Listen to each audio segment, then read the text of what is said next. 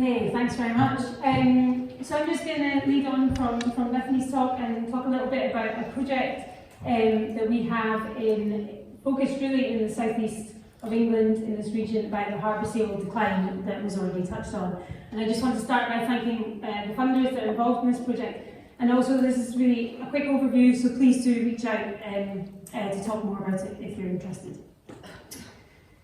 So in terms of the harbour seal declines, as I was touched on, SMRU monitor, so Sea Mammal Research Unit, we know as SMRU, monitor and conduct research on UK seal populations.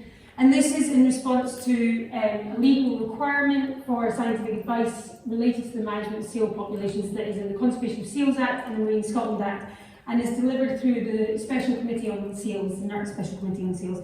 And SMRU is basically commissioned to draft this advice.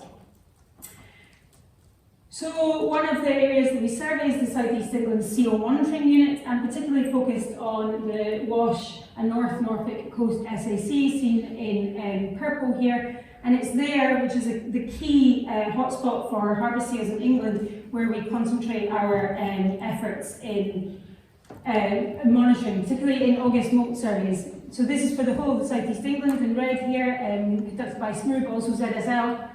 And we focus mainly on the SAC and surrounding colonies. So we see that there was this kind of levelling off of the population, but it then declined, particularly during between 2018 and 2019. There was a decline of about 25% in the Wash, and also, as Bethany said, also in places like Donnanook and down towards Scrobie. And now it's also been seen in the Thames.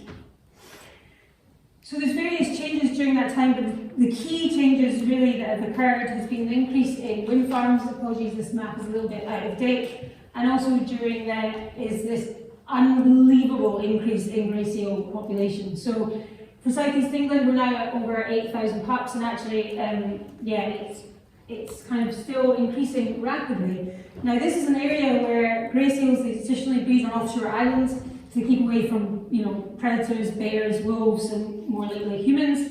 And so this is really a harbour seal stronghold that they're coming into. Harbour seals can breed on the tidal sandbanks where grey seal cannot. We really need to understand what's the relative impact of various things on this decline in terms of effective conservation strategies, for example, if there's another PGV epidemic.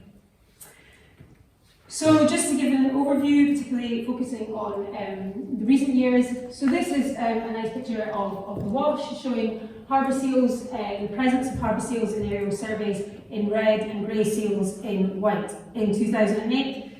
And as we move through, that's showing harbour seals on the big sandbanks and also in the tidal creeks. And as we move through the years, you can see this increase in white dots, but also the movement of harbour seal dots more into the inner banks. If we then look at, instead of presence absence numbers, you can see that there are now huge numbers, over 1,000 grey seals hauling out in the Wash, which is equivalent to about 4,000 grey seals using that area to haul out. So in 2023, what is the update? Well, as of Friday, we finished counting the harbour seals from 2 surveys in August 2023, and there is no indication of any recovery of the harbour seals in the Wash. The grey seals are over 1,000.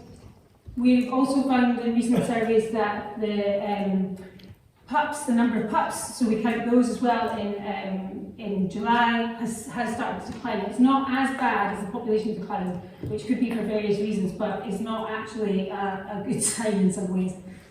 It might mean there's more to come. So, as was mentioned, it's not just what's going on land, but also what's going on at sea. So this is the predicted density of harbour seals in the South East Monitoring Unit. And this is for grey seals. So this is absolute density. So you can see that in an area where it really was just harbour seals 20 years ago, there is now a huge number of grey seals overlapping. So as part of this project, we're looking more into these trends, but also into the movements and health of seals.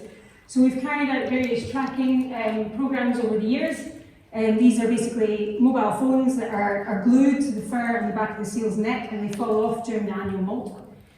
So in 2023, we attached tags to 40 harbour seals in the Wash. So 30 adults on the left here and 10 juveniles. And this is very preliminary, but there certainly looks to be that particularly juveniles are going further out than we would think. So this is, getting up to kind of 400 kilometres from the hollow.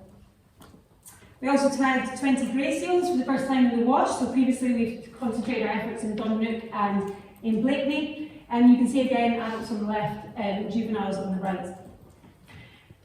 Brilliantly for us, that there was also a cruise by some Dutch colleagues at the same time out in the Dogger Bank, so we're trying to link where these seals were foraging with this scientific cruise data.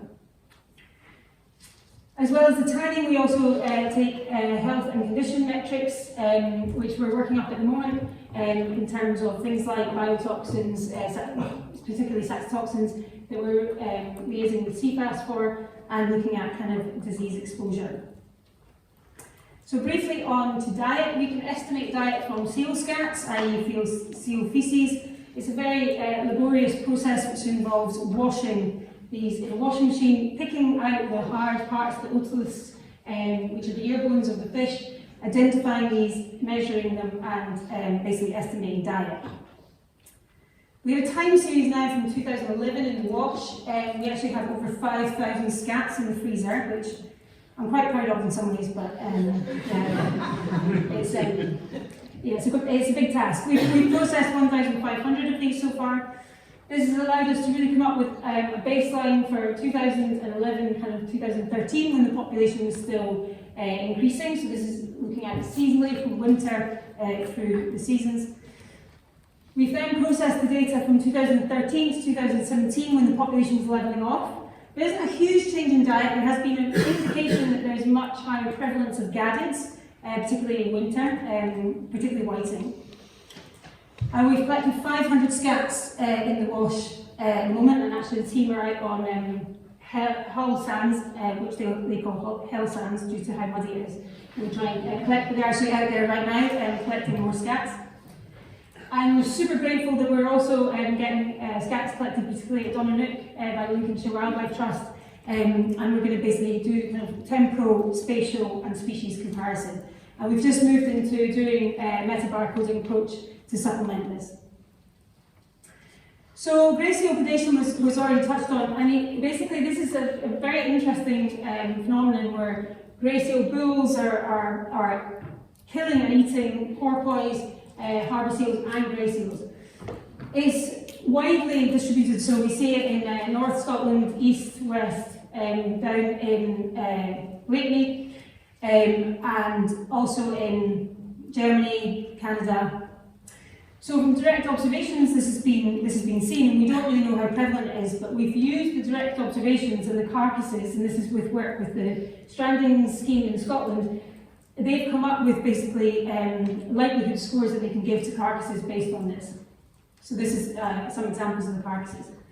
The prevalence of this behaviour is really uncertain. We know that it's a specialist behaviour shown by some individuals, but we have found that there is potential population level impacts on a local scale, so particularly in East Scotland. In South East England, we've identified 4 individuals with the help of the National Trust that exhibit this behaviour in Blakeney. Now they do predate on grey seal pups, but actually in terms of population level impact, that's unlikely to be a problem. But they focus more their efforts on harbour seal adults than pups, which is a problem.